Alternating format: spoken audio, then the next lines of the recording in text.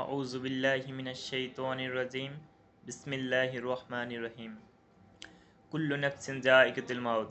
এই আয়াতটি গতকালকে আমি পোস্ট করেছিলাম, সেটা হচ্ছে একটা ভিডিওর মাধ্যমে। তো এখন কথা হচ্ছে যে এর অর্থ অনেকে জানি, অনেকে জানি না।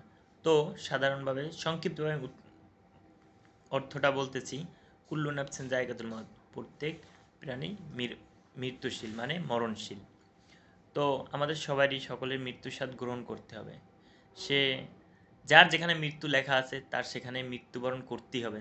যদি কেউ বলে যে আমার মৃত্যু চাঁদের দেশে লেখা আছে, তাহলে কি আমার চাঁদের দেশে মৃত্যু হবে? হ্যাঁ, ঠিক চাঁদের দেশে মৃত্যু হবে।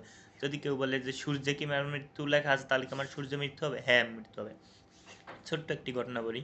কোনো এক লোক বলছিল যে আমার খুব শখ, আমি সূর্যে যাব।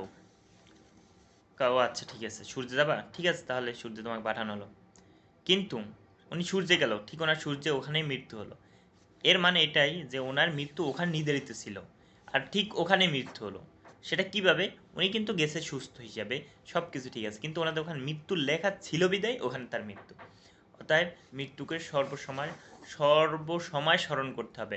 মানুষ মরণশীল, এটা বিশ্বাস করতে হবে, আস্থা রাখতে হবে, আল্লাহর প্রতি বিশ্বাস রাখতে হবে। বিশ্বাস রেখে আল্লাহর দিক নির্দেশনা সব কিছু পালন করতে হবে এবং আল্লাহর ইবাদত করতে হবে। সৎ পথে চলতে হবে, অসৎ পথকে বর্জন করতে হবে। হালাল হারাম বাইসা খাইতে হবে, হারামকে বর্জন করতে হবে, হালালকে অর্জন করে খাইতে হবে। রিজিক আল্লাহ তাআলা রব্বুল আলামিন লিখে রাখছেন। একজন মানুষ দুনিয়াতে আসার তার 500 বছর আগে তার রিজিক লেখা হয়েছে। অতএব রিজিক নিয়ে চিন্তা করার কোনো দরকার নেই। আল্লাহ তাআলা নির্ধারিত সময় এবং খাবারের টাইম অনুযায়ী আল্লাহ তাআলা আপনাকে রিজিক দিবেন। অতএব এই নিয়ে না চিন্তা করে, অসৎ পথ না বেছে নিয়ে সৎ পথে চলার চেষ্টা করুন। আখির দাওয়ানা আলহামদুলিল্লাহি রাব্বিল আলামিন।